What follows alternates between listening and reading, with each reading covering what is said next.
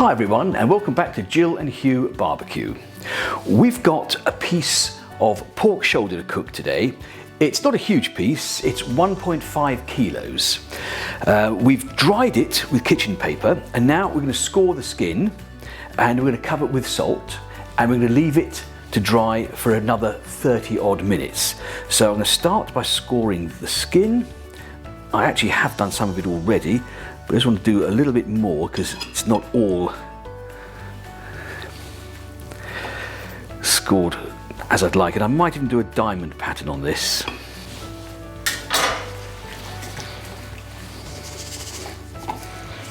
That's better. Then we get the salt into all of those scores. There we go. Now, while that's absorbing all the salt, I'm going to go outside on the patio and I'm going to light the Big Joe. And while I'm doing that, Jill is going to make the rub to go on this. What's in that, I don't quite know yet, so we have to wait and see. I've got 5 fire lighters in the fire basket of the Big Joe, which I'm going to light now.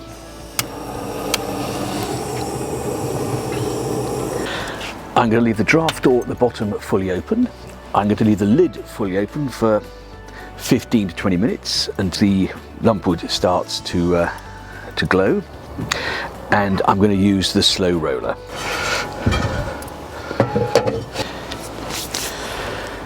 So once this starts to glow, I'm going to set the bottom vent and the top vent and allow this to come up to 220 degrees. And once we're up there, I'm going to put in this big lump of applewood to produce some smoke, because we're going to smoke our pork with applewood today. Well, it's been half an hour, or just over, since Hugh put the first lot of salt on this pork joint, and I've wiped it off and dried the joint off, ready for a next layer of salt.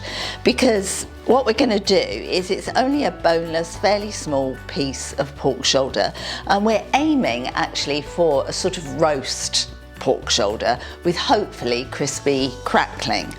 If it goes too far and becomes pullable, then we'll have pulled pork, but that's not really the aim with this piece of meat because it's quite small.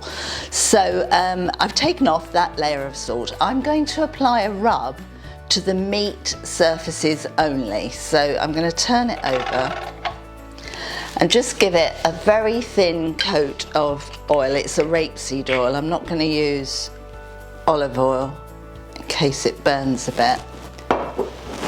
So just a thin, just on the meat here, like that. And then for the rub, we don't need very much. So I've got half a tablespoon of kosher salt and half a tablespoon of ground black pepper. And then I've got 3/4 of a teaspoon garlic granules, onion granules, and dried sage. Give that a little bit of a mix because the salt tends to fall to the bottom. And then I'm just going to put that liberally. Then for the skin, a very thin little bit of oil on the skin, like so.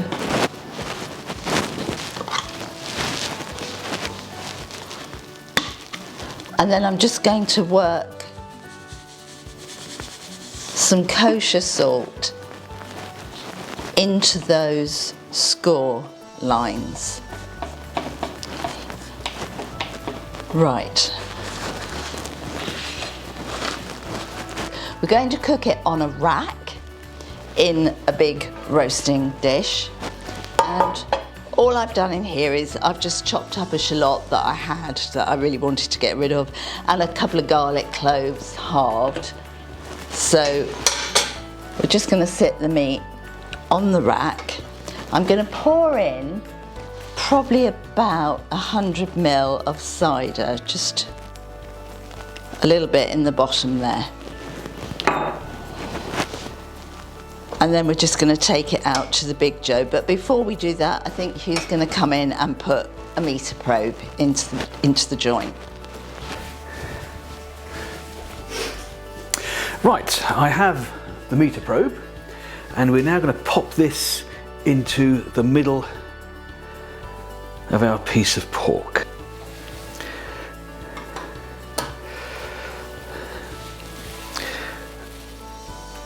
And we're going to be aiming for an internal temperature.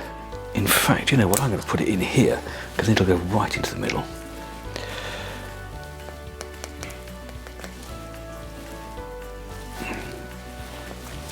So there's the meter probe in the pork, and we're going to be aiming for an internal temperature of about 63 to 65 degrees C, and I'm going to be smoking it over apple wood today because I think that goes nicely with pork. So our Big Joe is now up to 220 degrees centigrade. I've got the slow roller in place.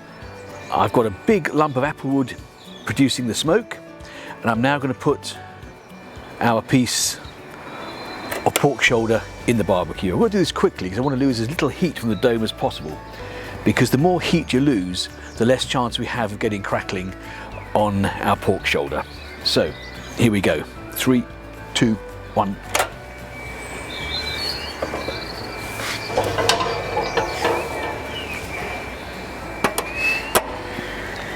And what I'm going to do now is let this come back up to 220, and then I'm going to reduce the temperature to 160 degrees centigrade for the rest of the cook. So we have cooked our pork shoulder. It's been on the barbecue for 2.5 hours?